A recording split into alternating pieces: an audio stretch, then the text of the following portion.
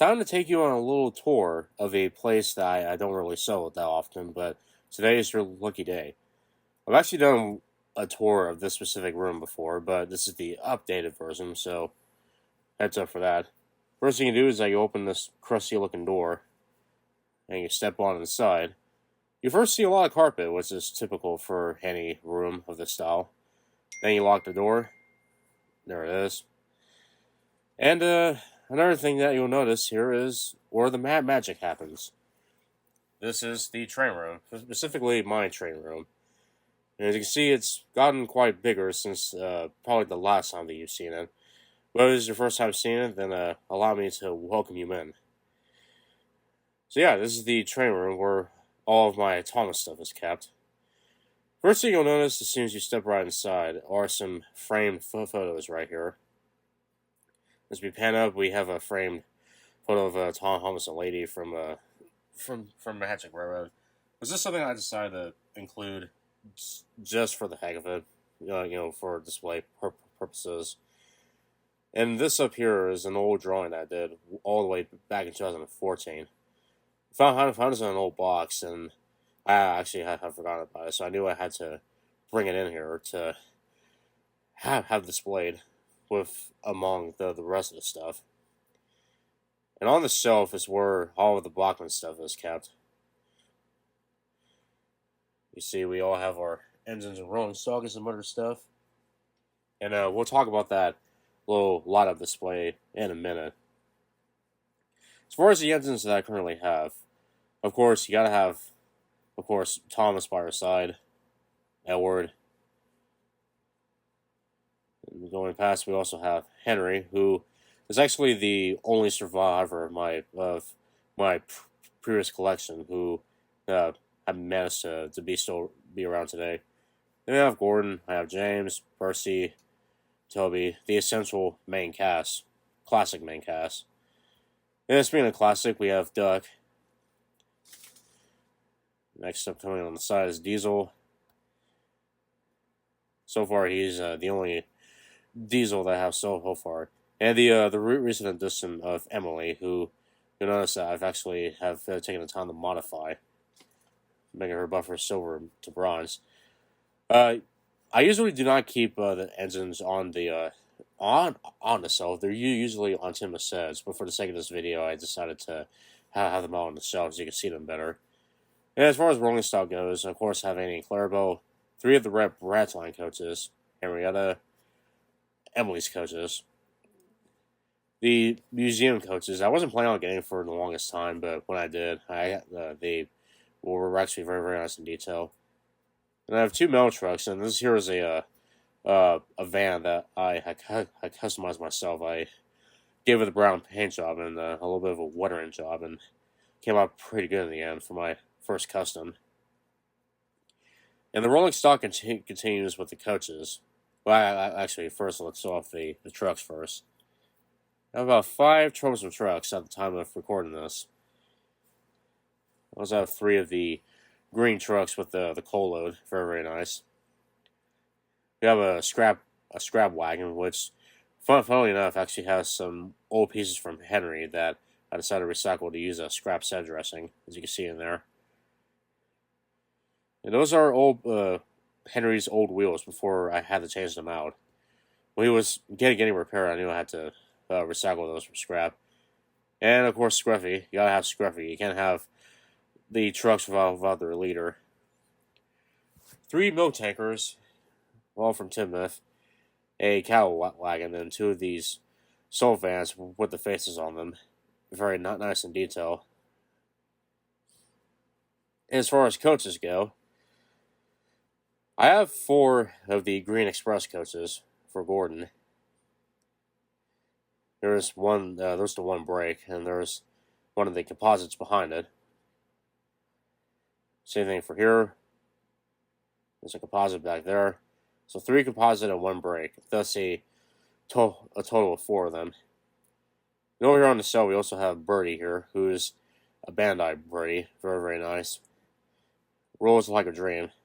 My first ever Thomas Bandai item.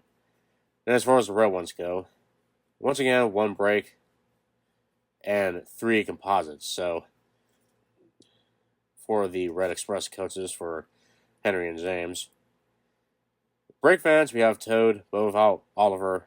I have the Spiteful brake fan. And this third one here is a brake fan that I customized myself to have it more of a realistic look going for it by just having it be one color. What I have above the Green Express coaches is a mid 2002 tar milk tanker from when the Bachmann range first started.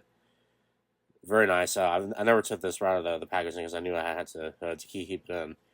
What's so cool is that you can see the original price tag on the $7.99. If only the range was that cheap today. The economy. And this here is a very special item here. What I have here is a original movie theater Mylar from when Thomas and the Magic Railroad first came out. This is a original Mylar. It's not a reproduction. I have it displayed in this light box, which these were meant to light up. As you can see, it looks very, very fantastic once you get it installed into a light box. The display is so good. And if we switch off the light for a second, you really get to see how much this pops. Look at that. It's so bright, it almost lights up the whole entire room. So you can call that one of my prized possessions. So that there was pretty much just the shelf where everything is kept, including the Mylar display.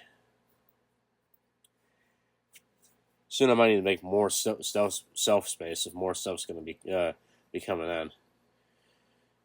If we go over to the left, you'll get to see my teaser poster, also from Magic Railroad.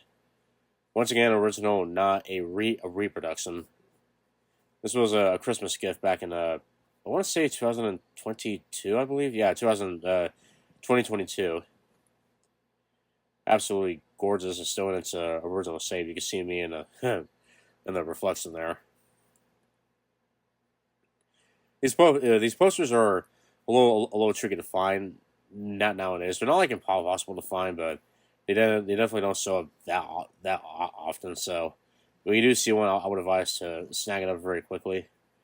And what we got here is a diorama that I made. When I was getting all the materials to make the scenery for the layout, I wanted to do a test to see on how the trees would look as well as the grass. So I found a slab of wood and I glued on the trees, and also glued on that piece of track there to see how it would look. And as you can see, it looks very, very nice, very realistic. The Thomas on display here was actually a broken Thomas that I didn't really have the time to repair. So now he spends his retirement being a display on a diorama. Speaking of display, these are some very old paintings I did of Thomas and Late Lady from way back in the day during my high school years. Found them relatively recently, and I decided that they should have a home right here where they're not just kind of sitting around and collecting dust. Might get frames for them at some point, but I decided that, we'll worry about frames later. And over here to the windowsill, you might think it's just a boring old windowsill with blinds, but if we pull out the blinds, you actually get to see some more Thomas stuff. That there is my childhood Puss and Sounds James, my childhood Tagalong James, who has had a ton of play, but he still reeks of old character. And we got some Ertles here: Scruffy, Bulgy, Daisy, and Old Slowcoach. Might need to think about collecting an Ertle at some point. I have a Rogue Minis Thomas that just kind of sits around there, an Adventurous Thomas, and this guy I brought from Goodwill for about $2. He's somebody who's called a Bust My Buffers Thomas, who actually has a pretty cool trick up his buffers. If you push down on his stone, he'll say a few things. Flatten my funnel. Ready to go. Rattle my rods. I have a special delivery. Bust my buffers. Let's go! He has quite a few things to say, but we don't have the time to go over every single one of them. So we'll just close the blinds up and we'll return to our room lighting. Right above the layout stands my release poster for Magic Railroad, also a original. Wasn't planning on getting this for the longest time. When I saw it for a great deal on eBay, I knew I had to act fast. So that's pretty much how it came to be. Time travel back to 2000 when the movie uh, was coming out in theaters, and you get to see this in the lobby. Would have been such a cool visual to see. And with all that stuff out of the way, here is the actual layout. Here's how it currently stands. You see, we got some foliage there on the left side. There will be more trees added over time, but at the time of doing this video, I haven't got a chance to buy more trees yet. But you will be seeing that here in a future video. Very large wooden board that I have this supported on. And the layout itself, it took some time to figure out. It's gone through quite a lot of designs and changes throughout the Horseman's lifetime. Recently, I added timber sets to the layout, which was something I've been wanting for a very long time. So it was very fun to have it now after so long. This here is an ottoman that I sit on when I am operating the layout. There's also a storage bin as well. You can see I got some junk in there that I don't have time to put out. And that blanket in there was actually a Thomas blanket. I'll probably sell it off at some point in a future video. But yeah, here's the layout. Very simple oval track, or I guess you could say somewhat of a rectangle. See, we have a full loop we can go around in.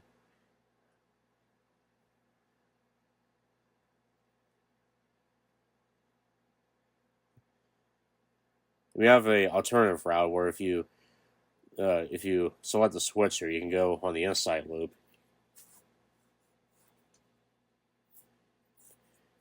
And it repeats the same route from the outside loop. You also take the switch and either take a shortcut or head straight to Timothy's Edge.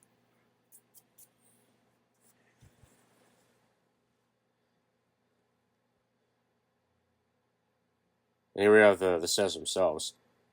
As I said earlier, I usually keep the engines aside the sets, but for the sake of this tour, I decided to take them out to have a better view of them. So they're usually are inside the sets, just kind of relaxing until they're called upon. Of course, I had to go for the 7 stall configuration. If you wanted to do the 6 stall, you can, but I prefer the 7 because you can fit more of the engines in there, and plus it's more accurate to the TV series as well. Here's where all the power comes from. These are my two controllers. The blue one controls the engines when they're on the track, and this red controller here is actually for the turntable at Timothy's Edge. What you do is that you adjust the speed to your liking, and then using this lever, you control the turntable, just like so. It is pretty loud for the most part, which is one con I have with it, but it still works very, very well for what it is.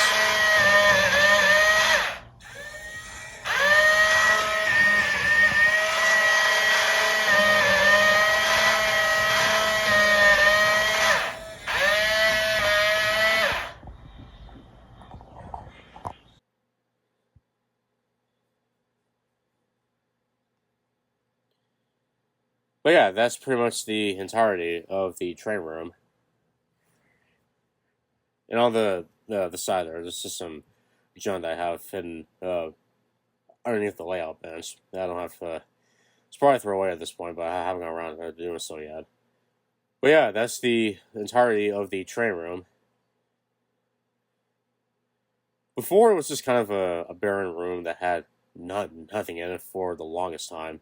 But when I was getting back into collecting, I knew that this room had to become something very special, and so yeah, it's gone quite a long way. It's just gone from just being like an empty room to now being a room full of a room full of Thomas stuff, and I'm pretty sure before I move, it's gonna have more stuff added to it.